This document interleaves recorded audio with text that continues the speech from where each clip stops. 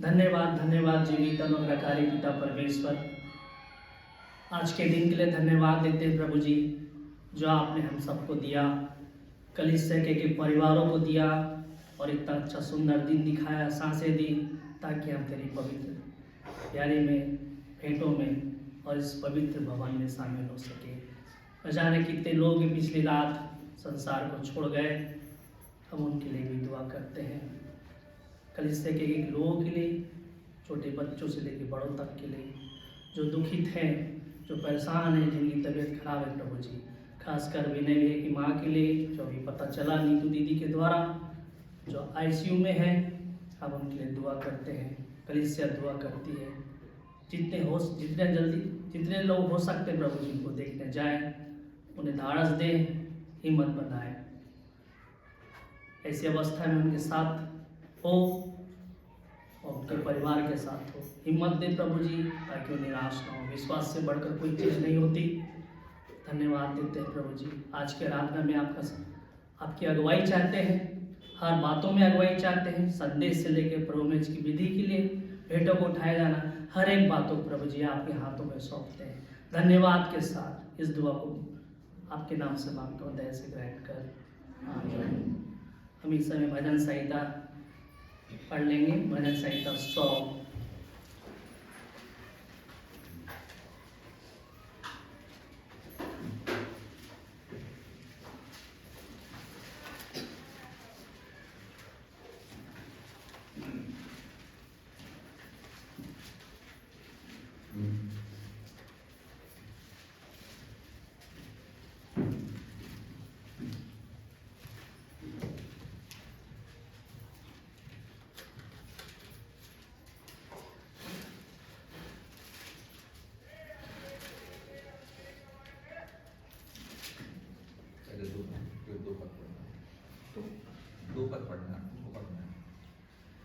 हे सारी पृथ्वी के लोगों, यहोवा का जय जयकार करो, आनंद से यहोवा की आराधना करो, जय जयकार के साथ उसके सन्मुख आओ। निश्चय जानो कि यहोवा ही परमेश्वर है, उसी ने हमको बनाया है और हम उसी के हैं, हम उसकी प्रजा और उसकी चराई की भेड़ें हैं। इस समय गीत गा लेंगे, कलीसिया खड़ी हो जाएगी। गीत का नंबर है 30। कलीसिया खड़ी हो जाएगी। तेरा पिता, तेरा पिता, तूने पुत्र को तेरा पिता, तूने पुत्र को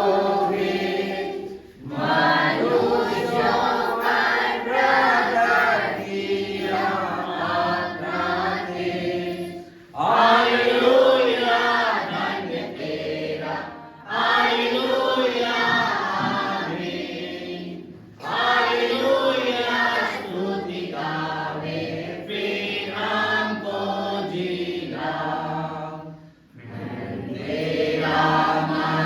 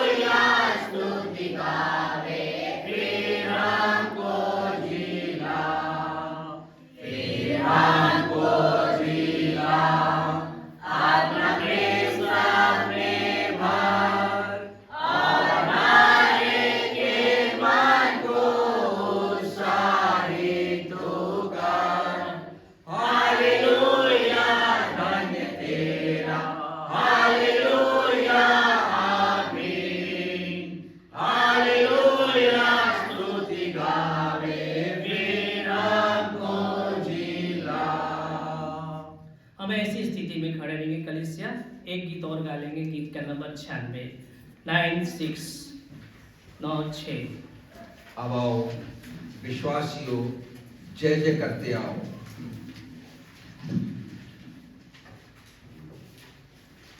आनंद साथ गाइए। अब ये रोज गाने के दिन है 96। अब आओ विश्वासियों, जय जय करते आओ। अब आओ हम चले बेथलेहम को। चर्नी में देखो महिमा का राजा। अब आओ हम सराहे, अब आओ हम सराहे, अब आओ हम सराहे कृष्ण प्रभु को। वो ईश्वर से ईश्वर, जो का जो सनातन दिलों से न किया प्रभुवाई से। सच्चा परमेश्वर न सिजा पर जन्मा। अब आओ हम सराहे, अब आओ हम सराहे, अब आओ हम सराहे कृष्ण प्रभु को। हे सारे दुर्गणों, जय जय करते आओ। हाँ स्वर्गों के स्वर में तुम गाते रहो। महिमा स्तुति ईश्वर सर्वप्रधान को। अब आओ हम सराहे, अब आओ हम सराहे, अब आओ हम सराहे कृष्ण प्रभु को। आमीन। प्रभु धन्य हो, त्राण के लिए जन्मा है यीशु हो तेरी अनंत महिमा। पिता का वचन अंतधारी हुआ। अब आओ हम सराहे, अब आओ हम सराहे, अब आओ हम सराहे कृष्ण प्रभु को।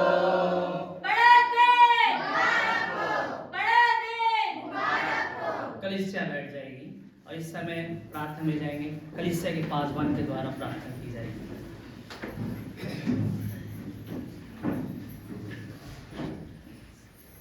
बड़े धन्यवादी मन के साथ प्रभु के पास आते हैं कि प्रभु ने एक नया दिन हमें इसलिए दिया है कि हम उसके आराधना में अपने आप को देखा पाए।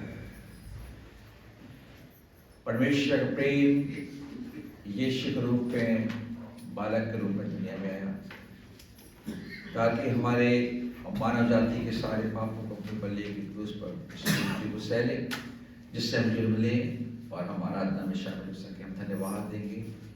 हम सब आंखें बंद करें। धन्यवाद प्रभु जी, धन्यवाद इसलिए कि आपने हमें एक नई भोर दी प्रभु जी।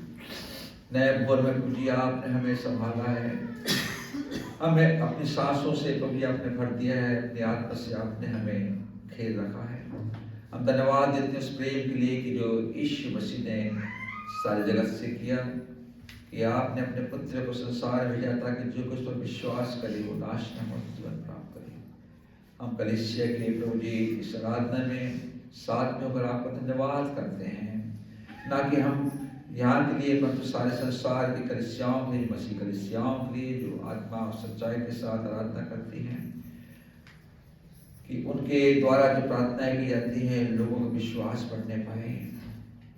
हर एक टूटे हुए हृदय के लिए, हर एक शोकित आत्मा के लिए, हर एक उन परिवारों के लिए जो प्रभु जी के प्रियजन इस संसार से चले गए और प्रभु जी अब वो वापस नहीं आएंगे। हर एक शोकित परिवार के लिए, वे लोग जो दुर्घटनाग्रस्त हैं उनके प्रार्थना करते हैं। विशेष करके प्रभु जी हम विनय और पिंकी की माता श्रीमती फूलमणि मसीह के लिए प्रार्थना करते हैं, जो 3 दिन से हॉस्पिटलाइज है, आईसीयू में है प्रभु जी, अभी हमें नीतू ने बताया।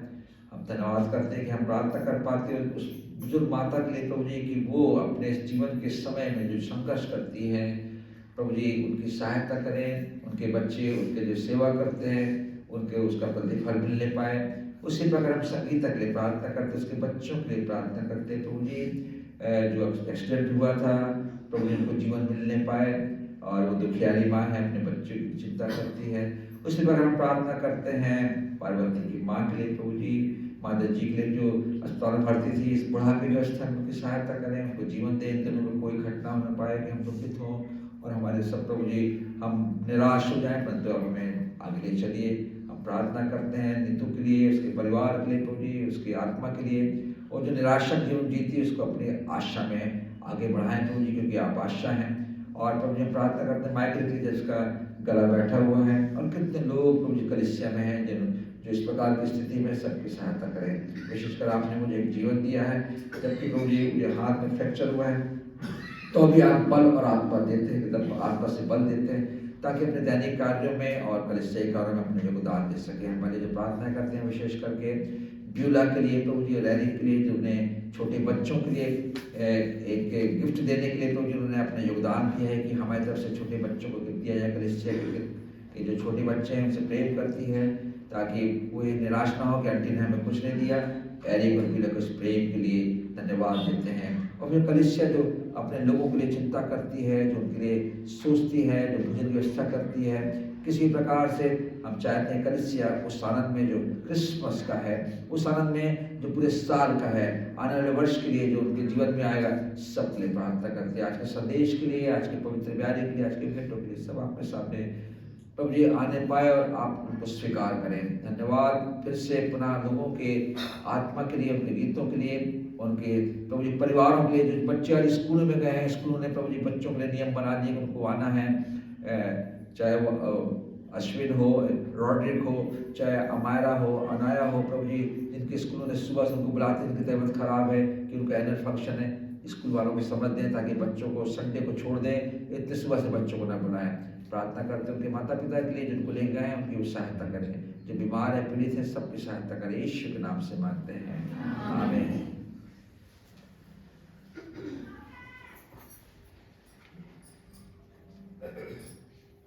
अब समय होगा वचन में जाने का, और आज का वचन उत्तरवादी पाठ में जाएंगे हम। पहला कुरिन्थियों 13:1 से लेकर 13 तक।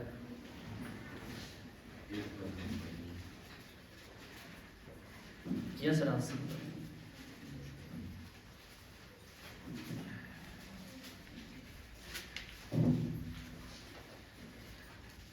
आप सभी को जय मसीह की। हम निकाल लेंगे पहला कुरिन्थियों का 13 अध्याय और उसका 1 से लेके 13 तक के उत्तरवादी पढ़ा जाएगा, अर्थात एक पद मैं पढ़ूंगा और एक पद आप पढ़ेंगे और आखिरी पद भी सब पढ़ेंगे। यदि मैं मनुष्यों और स्वर्गदूतों की बोलियां बोलूं और प्रेम न रखूं तो मैं ठनठनाता हुआ पीतल और झंझनाती झांझ हूं। और यदि मैं भविष्यवाणी कर सकूं और सब वेदों और सब प्रकार के ज्ञान को समझूं और यहाँ तक कि शास्त्रार्थ में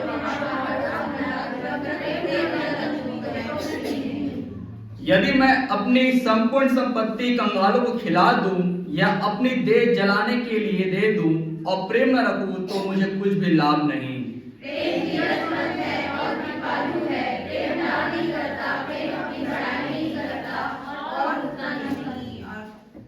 वह अन्य रीति नहीं चलता, वह अपनी भलाई नहीं चाहता, झुंझलाता नहीं, बुरा नहीं मानता, कुकर्म से आनंदित नहीं होता, परंतु सत्य से आनंदित होता है। वह सब बात सह लेता है, सब बातों की प्रतीति करता है, सब बातों की आशा रखता है, सब बातों में धीरज धरता है।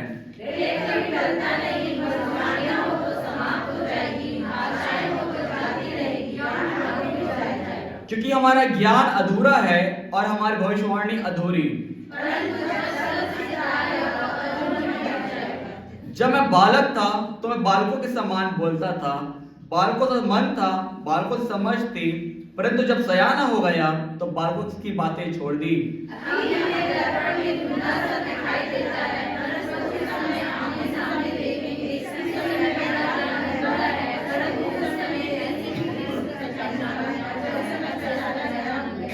आखिरी पद एक साथ पढ़ेंगे।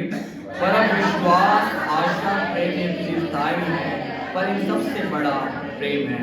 आमीन।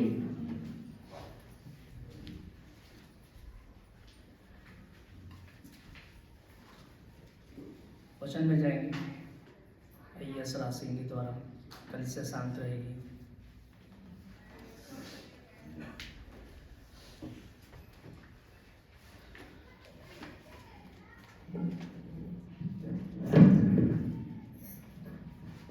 आप सभी को जय मसीह की। और आइए हम पहले प्रार्थना में जाएंगे। धन्यवाद धन्यवाद धन्यवाद प्रभु जी, आज के सुंदर दिन के लिए, सुंदर जीवन के लिए, सुंदर समय के लिए आपको बहुत धन्यवाद देते हैं खुदा। प्रार्थना करते हैं प्रभु यीशु मसीह आपके नाम से प्रभु जी, जो आपने हम सबको फिर से नया जीवन दिया प्रभु जी, आपको बहुत धन्यवाद देते हैं।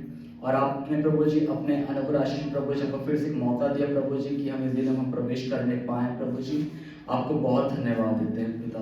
जो आपने प्रभु हमको सप्ताह और महीना अपने साल भर आपने हमको संभाल के रखा रहा प्रभु जी, हर दुर्घटनाओं से आपने बचाया प्रभु जी, आपको बहुत धन्यवाद देते हैं प्रभु जी। प्रार्थना करते हैं प्रभु जी, हम उन बीमारों के लिए प्रार्थना करते हैं प्रभु जी जो अस्पतालों में हैं, घरों में हैं, तकलीफों में हैं, पीड़ाओं में हैं, दर्द में हैं प्रभु जी। यीशु मसीह के नाम से हर जन चंगे हो जाएं खुदा। और प्रार्थना करते हैं प्रभु यीशु मसीह आपके नाम से प्रभु जी, आज जहाँ जहाँ आराधना हो रही है, हर एक गाँव में, हर एक शहर में प्रभु जी, हमेशा आपके दास प्रभु आत्मा सच्चाई से वचन को बताने वाले बने प्रभु जी। और हर एक कलीसिया प्रभु जी अपने मनों को तैयार करे प्रभु जी। और प्रार्थना करते हैं प्रभु यीशु मसीह आपके नाम से प्रभु जी, आज के सुंदर वचन के लिए प्रभु जी, जो वचन में से बात करेंगे प्रभु जी, अपने वचन द्वारा प्रभु जी हर एक के हृदय को खोलना प्रभु जी, अपने लोगों से बात करना प्रभु जी। और वैसे प्रभु जी हम आपके वचन में हम चलने वाले बने प्रभु जी।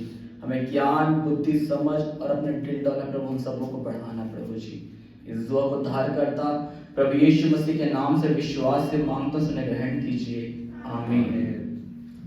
आइए हम वचन में जाएंगे और मैं विश्वास करता हूँ कि प्रभु का वचन आज हम सबों से बात करेगा। आमीन। और हम निकाल लेंगे यूहन्ना 3 अध्याय और उसका 1 से लेकर 7 पद तक के हम पढ़ेंगे। यूहन्ना 3 अध्याय और उसका 1 से लेकर 7 पद तक के।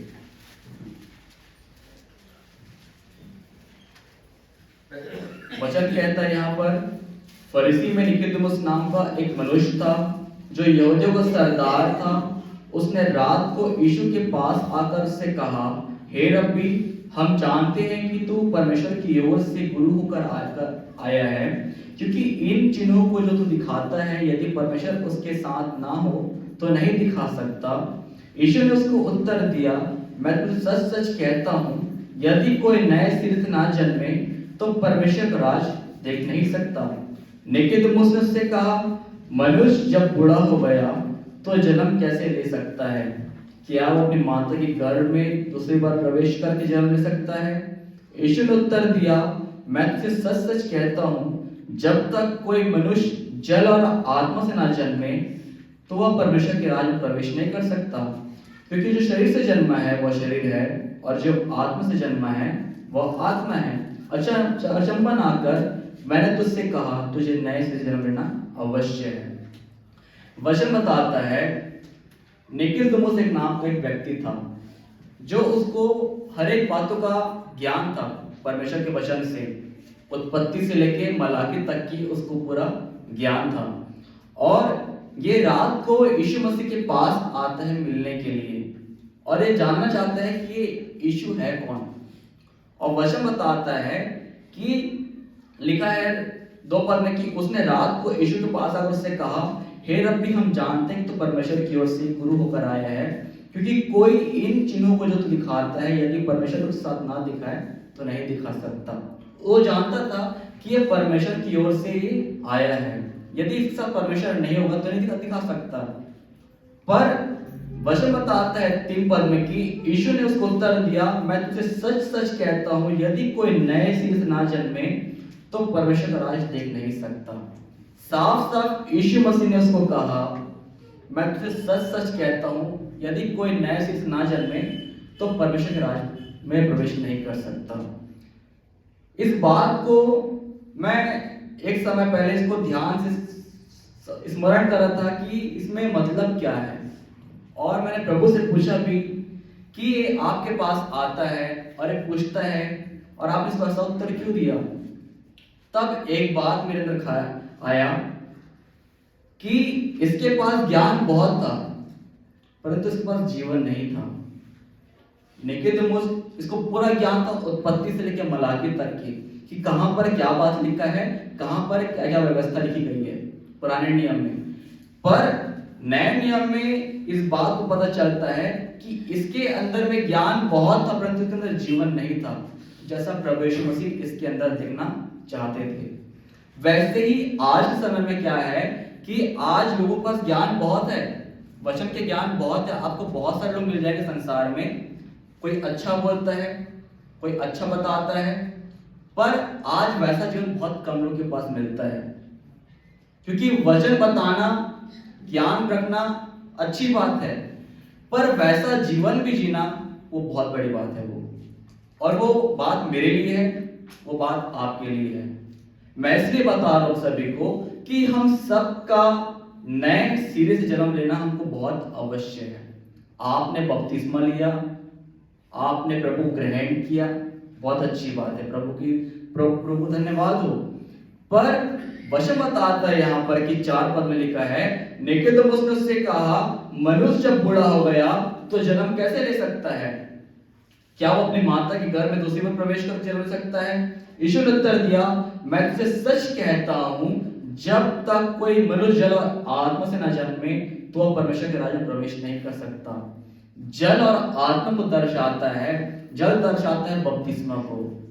और जब तक कोई व्यक्ति बपतिस्मा नहीं लेगा प्रभु यीशु मसीह के नाम से, पिता पुत्र पवित्र आत्मा के नाम से, तो उसका उद्धार कभी हो नहीं सकता है। हर बात को प्रभु के वचन में देखिए कि वचन में लिखा है कि नहीं। हम बहुत सारे लोगों वचन सुनते हैं, यूट्यूब में सुनते हैं कि इसने ऐसा बोला, उसने ऐसा बोला। क्या कभी खोल के आपने ऐसा पढ़ा कि इसमें लिखा है कि नहीं? हर बात को आप जब सुनते हो तो उसको पढ़ो भी, क्योंकि पढ़ना हमारे लिए बहुत बड़ी बात है। इसमें जब कलीसिया की स्थापना की गई, जब पहले कलीसिया बनी, तो उन लोग हर बात को खोजते थे प्रभु के वचन में कि उस पर लिखा है कि नहीं। इसलिए बता रहा हूं सभी को मैं कि हमेशा वचन को पढ़िए आप पहले कि वचन में लिखा क्या है, और अपने आप को वैसे बनाते जाइए कि वचन हमारे लिए लिखा गया है। ये कोई कहानी नहीं है, ये कोई ग्रंथ नहीं है, परंतु परमेश्वर का सच्चा और जीवित वचन है जो हमारे लिए ले दिया गया है कि हम अपने आप को प्रतिदिन सुधार सके। हम सब में गलतियां होती है, हम सब में कहीं ना कहीं गलती होती है, पर वचन बताता है यहाँ पर कि निकोदेमुस बोलता है कि दूसरी बार प्रवेश करके जन्म ले सकते हैं क्या?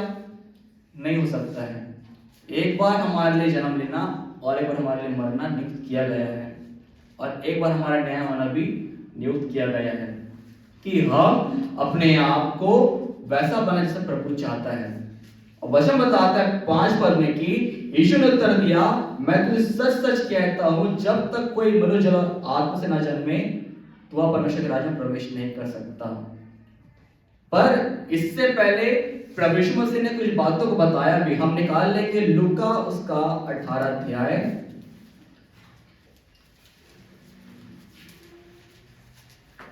लूका उसका 18 अध्याय और उसके 15 से 17 में लिखा है यहाँ पर कि लूका 18 15 से 17 में, फिर लोग अपने बच्चों को भी उसके पास लाने लगे कि वह उन पर हाथ रखे, परंतु चेलों ने उन्हें देखकर उन्हें डांटा। यीशु ने बच्चों को पास बुलाकर कहा, बालकों को मेरे पास आने दो और उन्हें मना ना करो, क्योंकि परमेश्वर का राज ऐसो ही का है। मैं तुम्हें सच कहता हूं कि जो कोई परमेश्वर के राज को बालक समान ग्रहण ना करेगा और उनमें प्रवेश करने ना पाएगा। हर एक जनों को अपने मनों को एक बालक के समान हमको रखने की आवश्यकता है।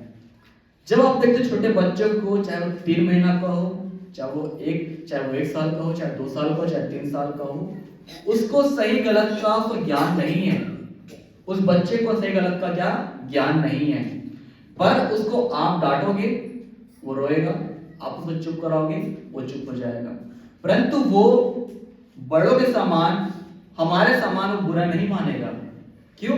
क्योंकि वो छोटा है और वो बच्चा है वो। वैसे वचन बता रहा है, लिखा है यहाँ पर कि क्योंकि परमेश्वर का राज ऐसे ही का है। मैं तुम्हें सच कहता हूं कि जो कोई परमेश्वर के राज को बालक समान ग्रहण ना करेगा वह उनमें कभी प्रवेश ना करने पाएगा। हम सबको अपने मन में एक बालक के समान हमको रहने की आवश्यकता है।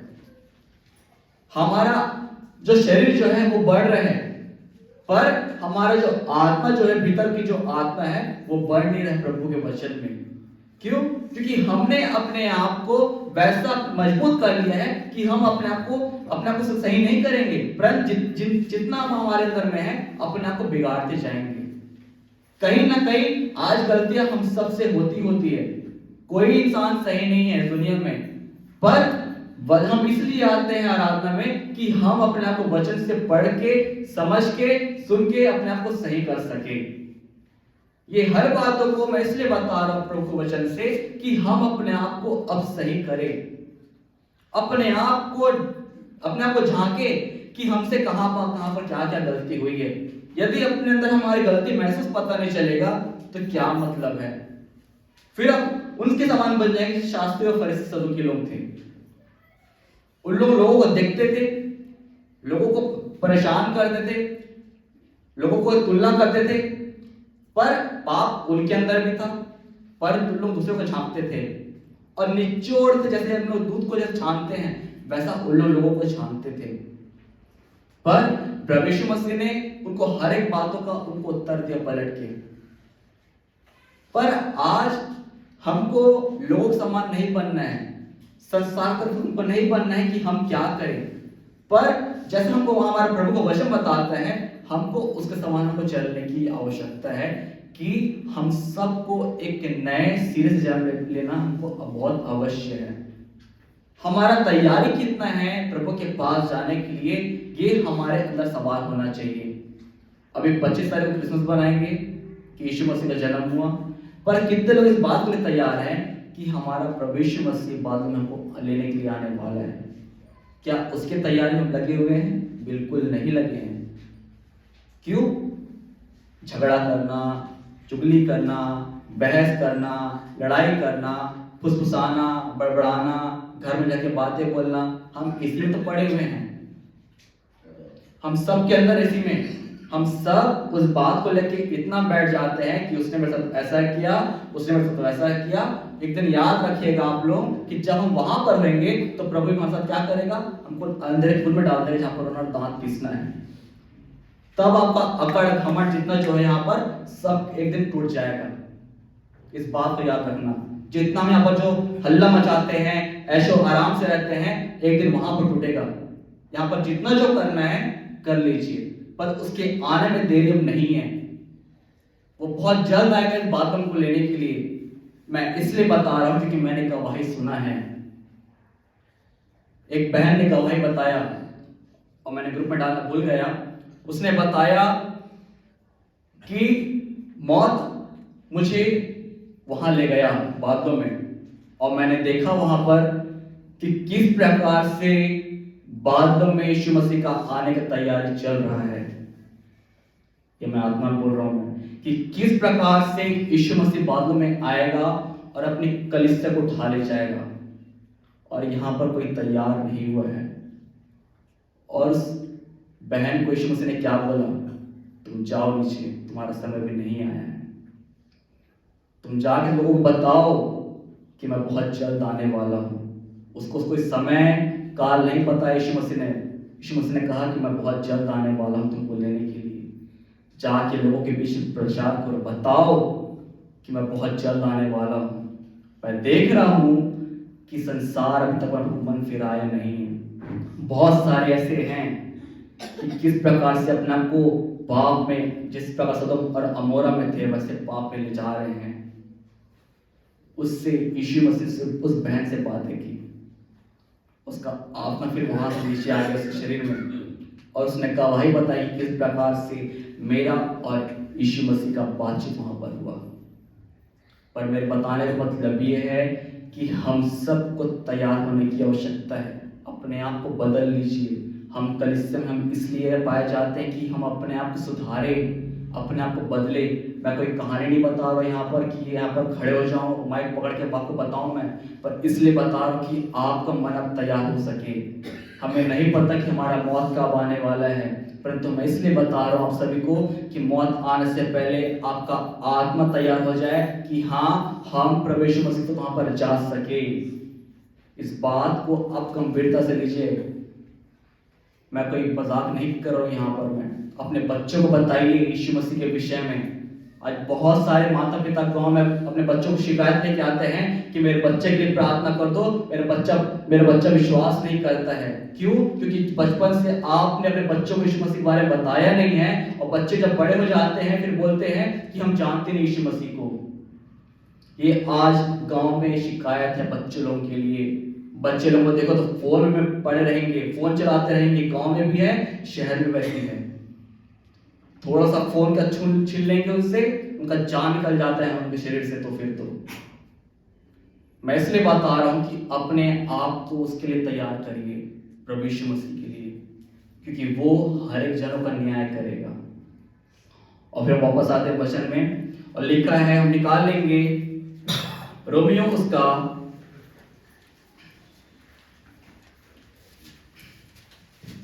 6 अध्याय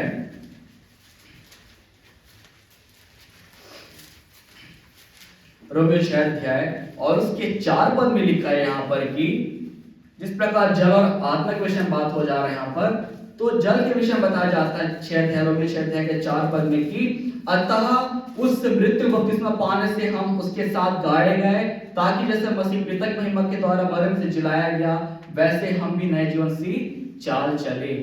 जिस प्रकार प्रभु यीशु मसीह उनको मौत जब दिया गया क्रूस पे लटका के, जिस प्रकार यीशु मसीह ने अपना प्राण को हमारे लिए दिया और जब तीसरे दिन जब जी उठे, बस प्रकार यीशु मसीह बताते अपने वचन के द्वारा कि जैसे मैं मर के जी उठा हूं, वैसे तुम भी एक दिन जिलाए जाओगे।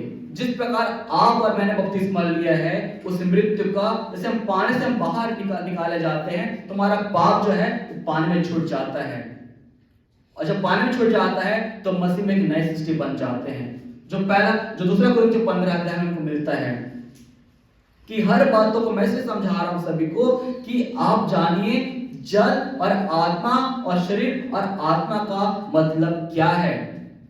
जल का मतलब है बपतिस्मा, और बपतिस्मा हम सबको लेना अनिवार्य है। बपतिस्मा नहीं होगा तो उद्धार भी नहीं होगा, हमारा उद्धार नहीं होगा, अनंत जीवन में प्रवेश कभी नहीं करने पाएंगे। और इस बात को हमेशा याद रखिए, और वचन बताता भी है 5 पद में कि क्योंकि यदि हम उसकी मृत्यु की समानता में उसके साथ जुड़ गए हैं तो निश्चय जी उठने के समानता में हम जुड़ जाएंगे। जिस प्रकार प्रभु यीशु मसीह जी उठा है, वैसे हम भी दिन जिलाए जाएंगे। कब? जब हमारा मौत इस संसार से चला जाएगा, जब हम इस संसार से चले जाएंगे, जब यीशु मसीह का बादलों में आगमन होगा, जब वो आएगा वो आप लोगों को पहले उठा लेगा। बाद में जो संसार में जो बच गए हैं उनको फिर उठाएगा। फिर न्याय के सिंहासन के सामने सबको खड़ा किया जाएगा, चाहे मैं हूं चाहे आप हो, चाहे के बच्चे क्यों ना रहे, और वो हर एक बातों का लेखा लेगा कि आपने और मैंने किस प्रकार से संसार में क्या काम किए हैं। और इसलिए न्याय किया जाएगा कि हम कितने संसार में अपने जीवन को प्रभु के प्रति कितना बिताए हैं कि नहीं बिताए हैं। मैं आप लोगों को इसलिए बता रहा हूं कि ये समय जो है हमारे लिए बहुत महत्वपूर्ण है। जितना महत्वपूर्ण हमारा क्रिसमस में, उतना महत्वपूर्ण हमारा प्रभु यीशु मसीह का आगमन का है। इसलिए मत्ती 25 बताता है यहाँ पर कि किस प्रकार से 10 कुंवारे के विषय में कि 5 बुद्धिमान और 5 निर्बुद्धि के विषय में। 5 बुद्धिमानों का जो कुंवारे जो थी, उनका क्या मशाल तैयार था, उनका विश्वास तैयार था, परंतु 5 निर्बुद्धि क्या था? विश्वास उनका तैयार नहीं था। इसलिए तुम जागते रहो, प्रार्थना करते रहो कि किस समय प्रभु यीशु मसीह का आगमन हो जाएगा, और वैसे ही हुआ। और वचन बताता भी है कि प्रभु का आना कभी भी हो सकता है। जिस प्रकार एक चोर चोरी करने के लिए आता है, वैसा प्रभु यीशु मसीह का भी आना होगा। पर उससे आने से पहले हमारे नए सिरे से जन्म होना भी आवश्यक है। आप जो वचन मुझे सुनते हो ध्यान से, क्या उस पर कभी आपने अध्ययन मनन किया है कि हाँ आज हमको जो वचन जो बताया गया है क्या हम उसमें चलें, क्या उसमें हम अपना ध्यान को लगाएं। वचन को इसलिए पढ़ा जाता है कि आपका सारा ध्यान सारा मन उसके तरफ रहे। जब सुबह सो के उठता हूं मैं तो वचन को पढ़ता हूं और मेरे को याद रहता है कि मैंने क्या वचन पढ़ा था, और जब संसार का ख्याल आता है तो वचन पर ध्यान लगाता हूं कि आज मैंने क्या पढ़ा था, और उसको अपना मनन करते जाता हूं मैं कि इसका मतलब क्या है, इसका मतलब क्या है। जब वो समझ नहीं आता तो प्रभु से फिर प्रार्थना करता इसका मतलब है क्या। और वैसे ही इसके विषय में मैंने प्रार्थना किया था कि निकोदेमुस आपसे आगे क्यों पूछता है कि इसका मतलब क्या है और क्यों परमेश्वर की ओर से ये होकर आया है। तब ये बात पता चलता है उसके पास ज्ञान बहुत था परंतु तो जीवन नहीं था। वैसे ही आज हमारे पास ज्ञान बहुत है परंतु जीवन बहुत कम है। आपको अपना जीवन नहीं पता, मुझे अपना जीवन नहीं पता कि कब हमको यहाँ से हमको हटना पड़ेगा, कब हमारा मौत हमारे पास से आएगा हमको लेने के लिए, ये हमें नहीं पता है। पर आप जब तक जीवित हो तो सिर्फ उसके लिए जिए और उसका नाम है प्रभु यीशु मसीह। और फिर हम निकाल लेंगे इसी में रोमियोस का 8 अध्याय। यहां पर शरीर की बातों के लिए बात किया आत्मा की बातों के लिए बात किया जाता है कि किस प्रकार से पवित्र आत्मा लोगों के अंदर काम करता है। जब आप और मैंने बपतिस्मा लिया तब पवित्र आत्मा हमारे अंदर आके हमारे हमसे अगुवाई कराता है हर बात के लिए कि कलीसिया को किस प्रकार से प्रभु में आने की आवश्यकता है। और वही वचन बताता है रोमियो 8 अध्याय में, उसके 2 पद में लिखा है, 1 पद में लिखा है, अतः अब जो यीशु में है उन पर दंड की आज्ञा नहीं, क्योंकि वे शरीर के अनुसार नहीं वरन आत्मा के अनुसार चलते हैं। इसलिए आज जो मसीह में है उन पर कोई दंड की आज्ञा नहीं है। और क्या लिखा है, जो शरीर के अनुसार चलते हैं वे शरीर के अनुसार नहीं परंतु आत्मा के अनुसार क्या है, चलते हैं। वैसे ही आज हम सबको शरीर के अनुसार नहीं परंतु हमको आत्मा के अनुसार चलने की बहुत आवश्यकता है। और ये आत्मा हमको हमेशा आत्मा सच्चाई से हमको प्रभु के पास हमको ले जाता है। जब आप और प्रार्थना करते हैं हमारी प्रार्थना तुरंत स्वर तक पहुंचती है। उत्तर आने में समय इसलिए लगता है क्योंकि प्रभु आपके विश्वास को अपने प्रति बढ़ाना चाहता है। कभी कभी उत्तर नहीं आता है तो लोग निराश हो जाते हैं कि हमारा उत्तर नहीं आ रहा है, अब हम प्रभु को छोड़ देते हैं। अब बहुत सारे लोग ऐसे काम करते हैं कि जब लोग प्रार्थना करते रहते हैं जब प्रार्थना को उत्तर नहीं आता है वो लोग बोलते हैं कि प्रभु हमारी प्रार्थना नहीं सुन रहे हैं। उससे लोगों का विश्वास भटकता है और वो प्रभु से दूर हो जाते हैं। पर इस बात को कभी मत भूलिए आप लोग कि जब आप प्रार्थना करते हो प्रभु आपकी प्रार्थना को सुनता है और वो अपने समय में उत्तर देता है। और जब उत्तर नहीं आता है तो इसका मतलब यह है कि प्रभु आपके विश्वास को वो अपने प्रति बढ़ा रहा है। हम दानियेल की पुस्तक पढ़ते हैं, दानियेल जब भी प्रार्थना किया उसके पास स्वर्गदूत भेजा गया। एक समय ऐसा आया कि जब वो उपवास कर रहा था, उसने प्रार्थना भी किया, उस समय उसका प्रार्थना को उत्तर नहीं आया और वो रात दिन होके उपवास में रखे उसने प्रार्थना किया। तब एक स्वर्ग से स्वर्गदूत आता है और बोलता है कि जब तूने प्रार्थना किया हमने परमेश्वर तेरी प्रार्थना को सुन ली। और जब स्वर्ग से जब नीचे आ रहा था तो 21 दिन तक के शैतान से मेरा सामना हुआ, इसलिए मुझे आने में यहाँ पर विलंब हुआ। वचन में लिखा था, आगे पुस्तक पढ़ लीजिएगा, 10 अध्याय में लिखा होगा। पर वचन बता रहा है यहाँ पर कि हमारा मन आत्मा के अनुसार चलने की भी आवश्यकता है। यदि आप चाहते हो कि प्रभु हमारी प्रार्थना को सुने, हमारे जीवन वैसा बने रहे, तो आपको उसके अनुसार चलने की भी आवश्यकता है।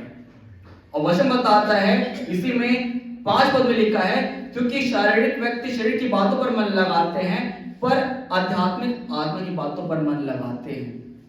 जो अपना सारा दिन शरीर की बातों पर लगाया रहेगा कि मेरा शरीर ऐसा है, मैं मोटी हूं, मैं मोटा हूं, मैं ऐसा हूं, मैं गोरा हूं, मैं काला हूं करके, ये सब क्या है, ये शरीर की बातें हैं। पर वो जो मसीह जो व्यक्ति जो रहेगा वो हमेशा अपना ध्यान को आत्मा की बातों पर लगाता है कि मैंने सिर्फ प्रभु मेरी अगुवाई कराए। वो हमेशा प्रभु की तरफ उम्मीद करेगा। वो आज लोग संसार में इंसान के प्रति उम्मीद करते हैं कि वो व्यक्ति मेरे लिए काम करेगा, वो व्यक्ति मेरे लिए काम करेगा, पर हम ये बात भूल जाते हैं कि हमारे पास एक जीवता ईश्वर भी है। प्रभु सब कुछ ऊपर से देखते हैं, पर हम ये भूल जाते हैं कि हमारे पास कोई ईश्वर भी है, उसका नाम है प्रभु यीशु मसीह। वो सब बातों को हम हमारे लिए करना चाहते हैं, पर हम उनको कुछ काम करने देते नहीं हैं। क्यों? क्योंकि हमारा दिमाग ज्यादा दौड़ता है संसार में। और वैसे लिखा उसके 6 पद में कि शरीर पर मन लगाना तो मृत्यु है, पर आत्मा पर मन लगाना जीवन और शांति है। इसलिए कलीसिया से निवेदन है कि अपना मन को, अपना ध्यान को प्रभु के प्रति लगाइए, कि जिसमें आपको जीवन और शांति मिलने पाए। और इसलिए वचन बताता है यदि कोई अपने जीव को रोकना चाहता है, अच्छे दिन देखना चाहता है, तो अपने जीव को क्या करो? काबू में रखो। जो बुराई से दूर रहना चाहता है, जो अच्छे दिन देखना चाहता है, वो अपने जीव को काबू में रखो। जीव एक ऐसा छोटा सा चीज है जो हर बात में आग लगा सकता है।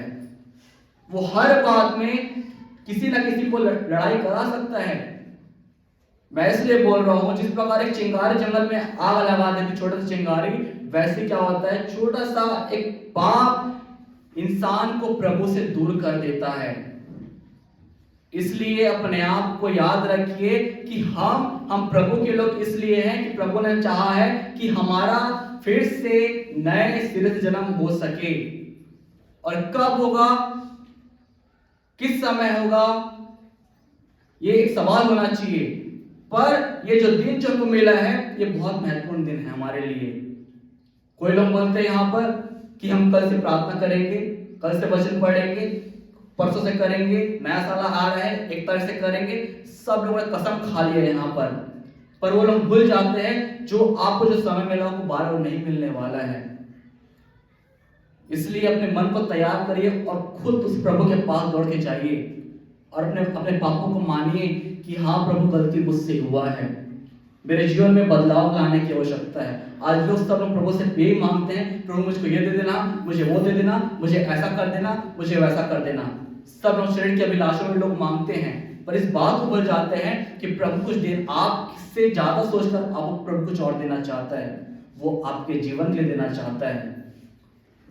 हम लोग सब लोग मांगते हैं कि प्रभु हमको ऐसा दे देना, हमको घर दे देना, हमको पैसा दे देना। लोग लालच में चले गए हैं, पर कोई प्रभु से जीवन नहीं मांगता कि प्रभु मेरे जीवन को फिर से बदल देना, फिर से शुद्ध और नया कर देना। अब मैं आखिर में निकाल रहा हूं यहाँ पर गलातियों निकाल लेंगे। गलातियों उसका 5 अध्याय का 16 से लेके 26 तक के, यहाँ पर शरीर और आत्मा के विषय में बात किया जाता है। हमने पहले समझा कि जल और आत्मा के विषय में, और हम जानेंगे शरीर और आत्मा के विषय में। तो लिखा है गलातियों 5 अध्याय के 16 से लेके 26 में कि पर मैं कहता हूं आत्मा के अनुसार चलो तो तुम शरीर की लालसाओं को किसी रीति से पूरी ना करोगे, क्योंकि शरीर आत्मा के विरोध में और आत्मा शरीर के विरुद्ध में लालसा करता है और ये एक दूसरे के विरोधी हैं, इसलिए कि जो तुम करना चाहते हो वो ना करने पाओगे। शरीर और आत्मा ये एक दूसरे क्या है? विरोधी हैं।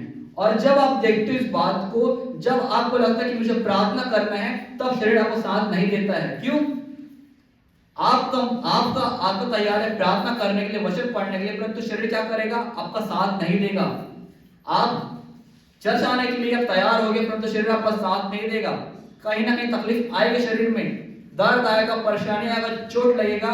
उसमें क्या होता है? आप घर में बैठ जाते हो। फिर जब आत्मा बोलता है कि प्रार्थना करना है, चलो बैठना है प्रार्थना करने के लिए, वचन पढ़ना है, प्रार्थना बैठना है, वचन को सुनना है, समझना है, उस समय क्या होता है? शरीर ध्यान नहीं लगाता है। अरे ये काम छूट गया है, वो काम करना है, ऐसा करना है, बाजार जाना है, यहाँ जाना है, वहां जाना है।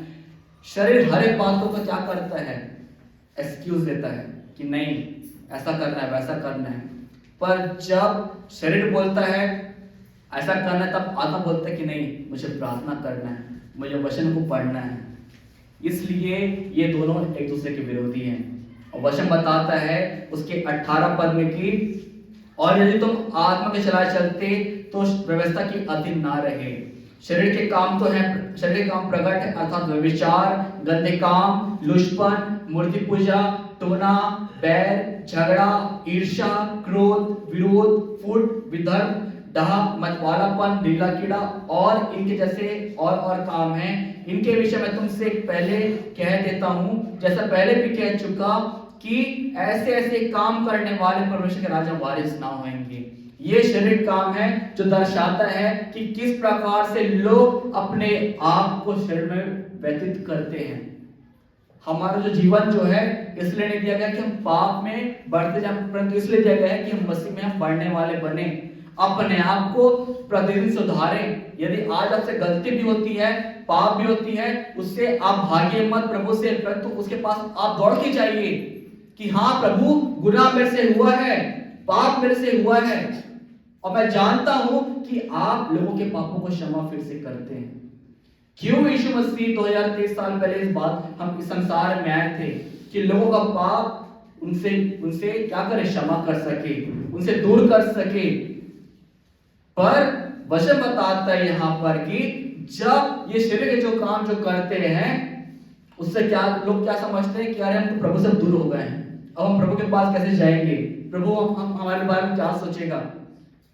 हमारा दिमाग बहुत चलते रहता है, फिर सारा दिन हमारा मन इसी बात में चलता रहेगा कि प्रभु को क्षमा करेंगे कि नहीं करेंगे, प्रभु के पास जाएंगे, प्रभु हमको क्या करेंगे हमको नहीं पता।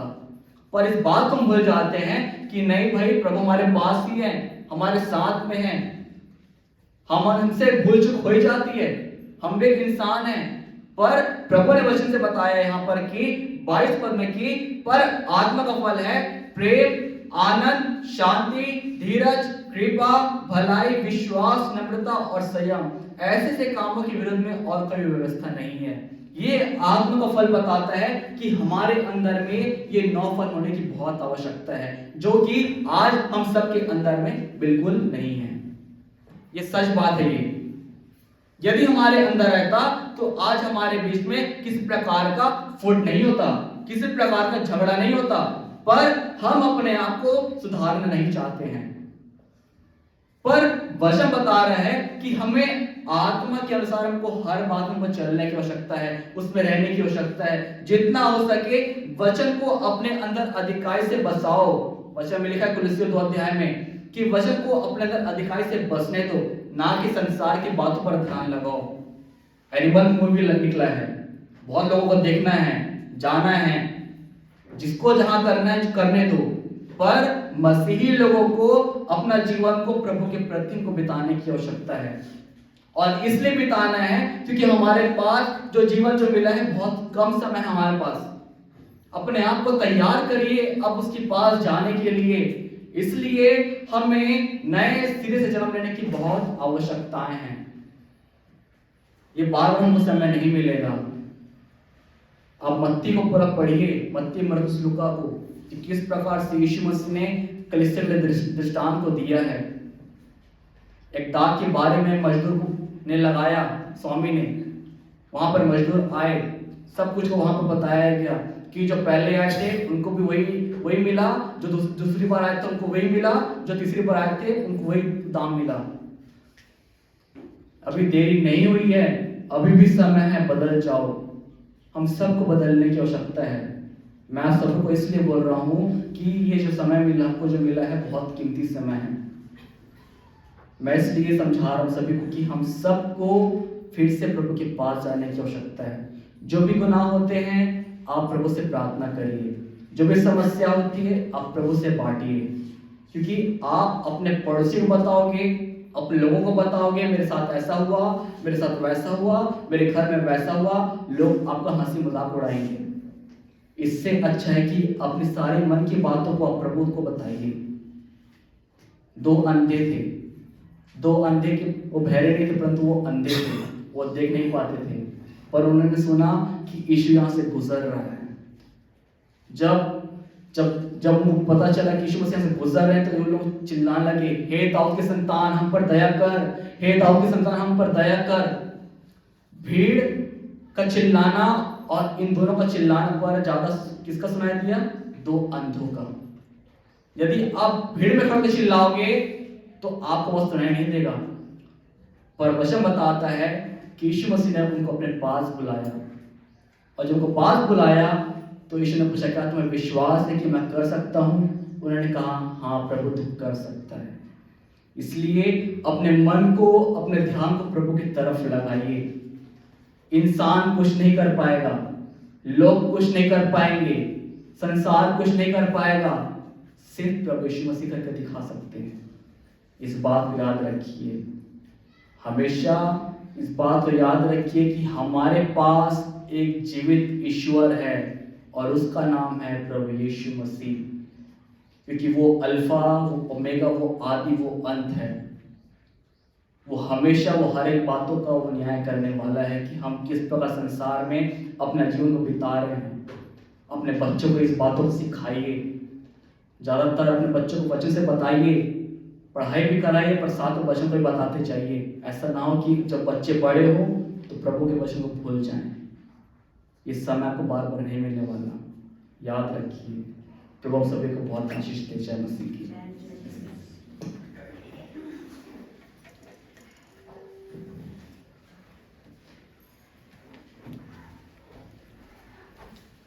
अच्छे और सुंदर वचन के लिए यश को बहुत धन्यवाद। दिन प्रतिदिन वो बढ़ता चले जाए और कलीसिया की सेवा करें। ये समय होगा पवित्र ब्यारी में जाने का, और कलीसिया अपने मनों को शुद्ध करे और अपनी सारी चिंताओं को परमेश्वर के सामने रखे। परमेश्वर सुनता है और इस पवित्र ब्यारी चलाने में सहायता भाई माइकल के द्वारा की जाएगी।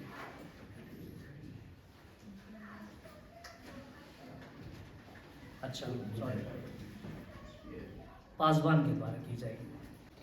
ये यीशु का संदेश है इसमें, और उसके अनुसार सप्ताह के पहले दिन रोटी का टूटना अवश्य है, और जो मसीह कलीसिया है वो इससे वंचित नहीं होती है। इसलिए कि हम वचन के अनुसार ही आराधना में आगे चलते हैं। अन्य कलीसियाओं में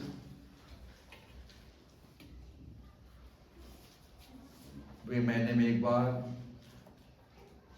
3 महीने में एक बार, या 6 महीने में एक बार, या साल में एक बार लेते हैं, और बहुत तर्क करते हैं कि बाइबल में कहाँ लिखा है कि प्रत्येक सप्ताह हमें इसमें से खाना है। यीशु की मृत्यु का स्मरण करना अवश्य है कि जब तक मैं ना आऊं मेरी मृत्यु का प्रचार इसके द्वारा होने पाए।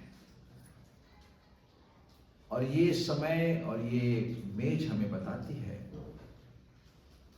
कि यीशु का लहू कितना कीमती है, उसकी देह कितनी कीमती है, जिसने अपने आप को हमारे पाप को दिया। और यशायाह कहते हैं कि उसने कोड़ों की मार सही ताकि हम बच जाएं। ये आपके मेरे पापों की क्षमा का एक कारण है कि हम जो बपतिस्मा पाए हुए लोग हैं इसमें अपने आप को देखने पाए कि हम मसीह में हैं।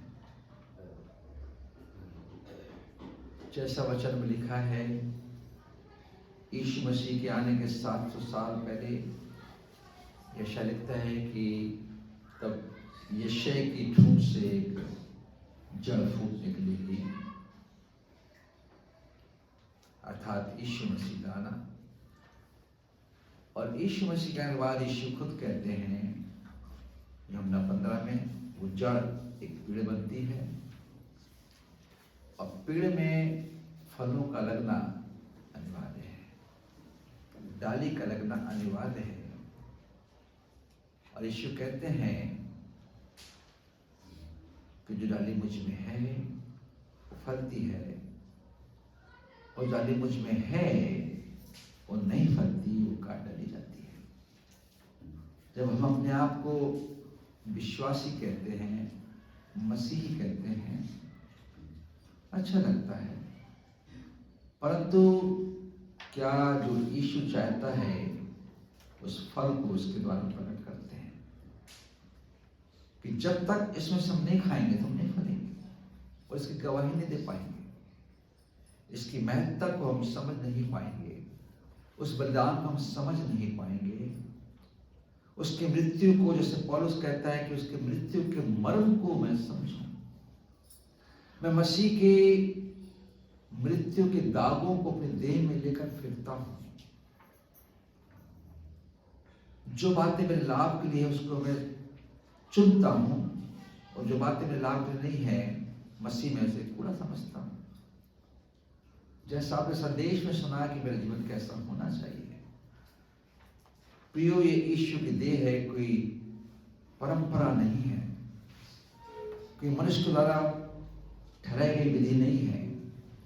अब बिलासपुर की सब कलीसियाओं में वो बना बनाया दाखरस कैसे बनता मुझे नहीं मालूम, कैसे फैक्ट्री में तैयार होता, बॉटलिंग होता, मुझे नहीं मालूम, आपको नहीं मालूम। उसमें कौन लोग तैयार करते हैं? अन्य जाति लोग हैं या वैसे लोग हैं जो उसकी महत्ता को नहीं समझते, पर चर्चेस उसको खरीदती है, इवन अमेरिका देश में। And this is not good. और रोटी की जगह वे एक कागज का या प्लास्टिक का टुकड़ा वे उसको खाते हैं। वचन कहता है कि मेरी रोटी तो मैं इसमें रोटी खाई, कागज का टुकड़ा नहीं खाया। हम नियमों को क्यों बदलें? हम क्यों इस बात को करें कि वो अच्छा करते हैं, उनके समान हमें तो होना चाहिए? हम मसीह कलीसिया हैं, हम देह को खा रहे हैं और दाग के रस को, जो किशमिश का रस है जिसे हम उबालते हैं, फिर छानते हैं, फिर उसको पीते हैं। दाग का रस वो तो कंसंट्रेट है, केमिकली है, उसको ज्यादा पीने से नशा होता है, इसको पीने से हमारे पाप इसमें नहीं होते। मैं इसलिए बात समझाता हूं कि हम यहाँ भी समझें, और जो लोग अमेरिका में देख रहे हैं और जो लोग कलीसियाओं में देख रहे हैं इस माध्यम से, वीडियो के माध्यम से, वे समझें कि हम विधियों को, रीतियों कैसे बदलते हैं। हमें बदलने के लिए नहीं बुलाया गया, हमें उसमें बने रहने के लिए बुलाया गया कि डाली मुझ में है जीवन पाती है। आइए इससे रोटी और ताकत की प्रार्थना करेंगे।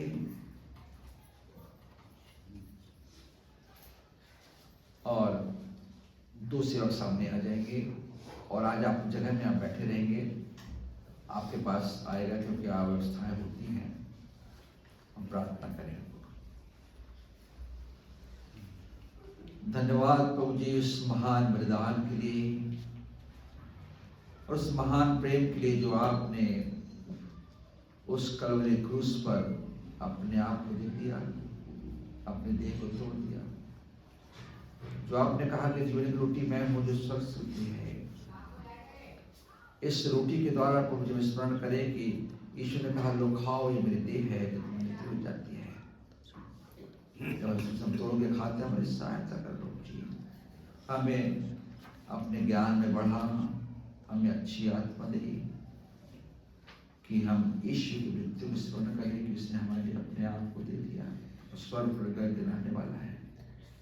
इस रोटी द्वारा हम अपने आप में इस बात को महसूस करें कि ईश्वर मेरे साथ है। इस धन्यवाद देते ईश्वर के नाम से, आमीन।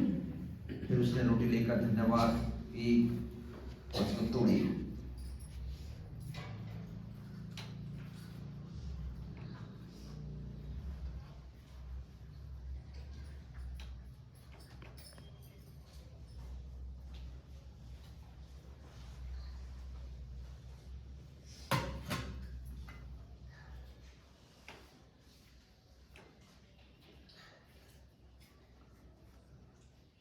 उसने अपने देह को तोड़ दिया ताकि हम बच जाए,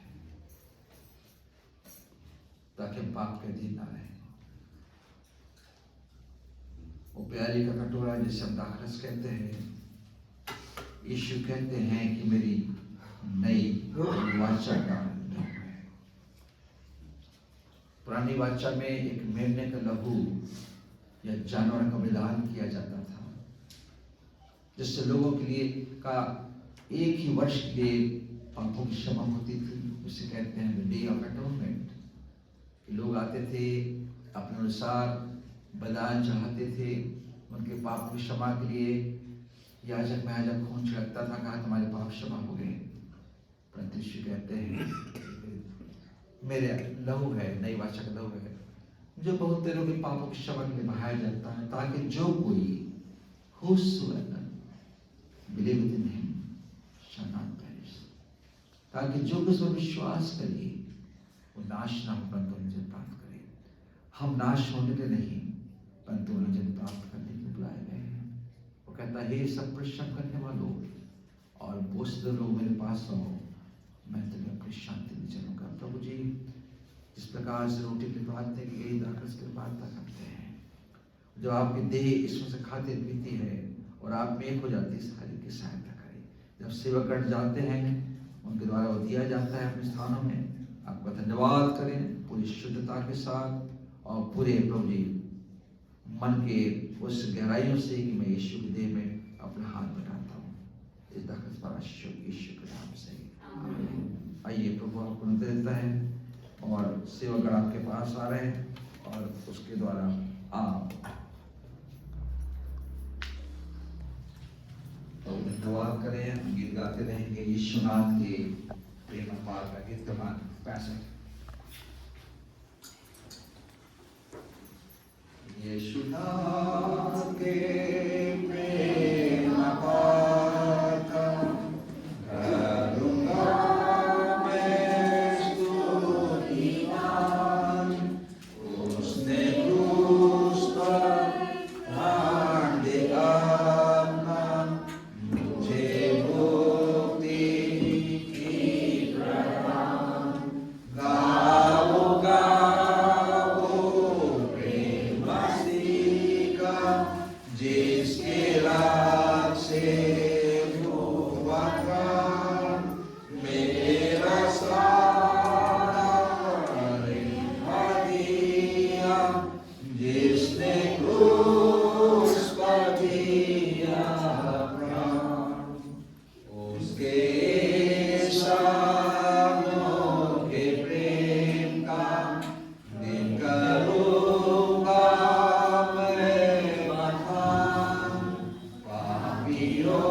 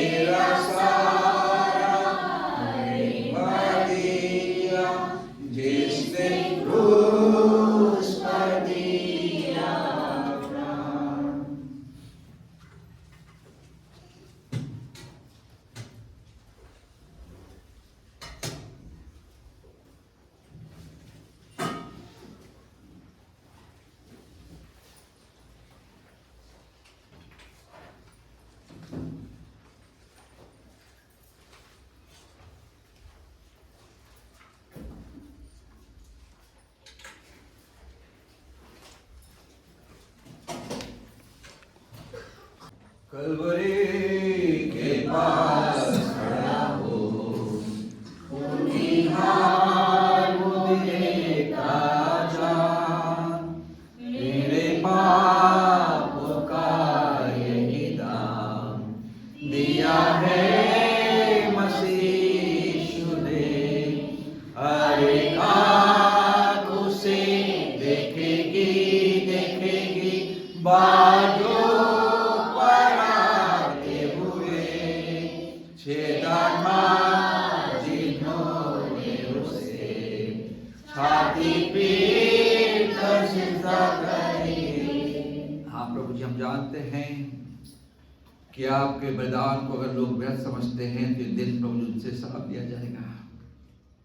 जैसे जकरिया नबी की पुस्तक उसके 13:6 में लिखा है, तब उससे पूछा जाएगा तेरी छाती में घाव कहाँ से लगे, तो वो कहेगा वो घाव है जो मेरे प्रेम ने घर किए हैं। और पौलुस ये भी कहते हैं कि हर एक घुटना उसके सामने झुकेगा, हर एक जीव विकार करेंगे कि यीशु मसीह प्रभु है। अभी लोगों के पास समय है, कलीसिया के पास समय है कि यीशु को अपने जीवन में स्थान दें। धन्यवाद आज के इस पवित्र बयानी की आराधना के लिए जिन्होंने इसमें हाथ डाला है। प्रभु जी उस हर एक पर आशीष हो यीशु के नाम से। ये समय होगा, भेंटों में जाएंगे, भेंट उठा ली जाएगी। दो सेवक विनोद छोटू भैया, और उसी समय हम गीत गा लेंगे। गीत का नंबर है 424 426। यीशु को मैं साथ देता साथ अर्पण करता हूँ, प्रतिदिन संगति उसकी प्रेम विश्वास से करता हूँ। सब मैं देता हूँ, सब मैं देता हूँ, तेरे लिए प्यारे यीशु सब मैं देता हूँ। यीशु को मैं सब कुछ देता, झुका तेरे चरणों पर, छोड़ता हूँ संसार की इच्छा, मुझे मेरा अपना कर। सब मैं देता हूँ, सब मैं देता हूँ, तेरे लिए प्यारे यीशु सब मैं देता हूँ। धन्यवाद प्रभु जी कि आपने हमें आशीष दी है। इन भेंटों के लिए जो वचन अनुसार आपके सामने लाई गई है, प्रभु जी इसे स्वीकार करें और हमें उदार मन दीजिए ताकि हम आपके कार्यों के लिए जो सुसमाचार प्रचार उसके लिए इसका उपयोग कर सके। धन्यवाद हर एक धन्यवादी हृदय के लिए, छोटे बच्चों के लिए, हर एक माताओं बहनों के लिए, बेटियों के लिए जो आपके संग आए हैं, जो अपनी मुठ्ठियां खोली हैं। धन्यवाद ईश्वर के नाम से, आमीन। ये समय होगा, कलीसिया के पासवान के द्वारा आशीष की प्रार्थना की जाएगी और उसी के बाद सूचना का समय पासवान के द्वारा दिया जाएगा।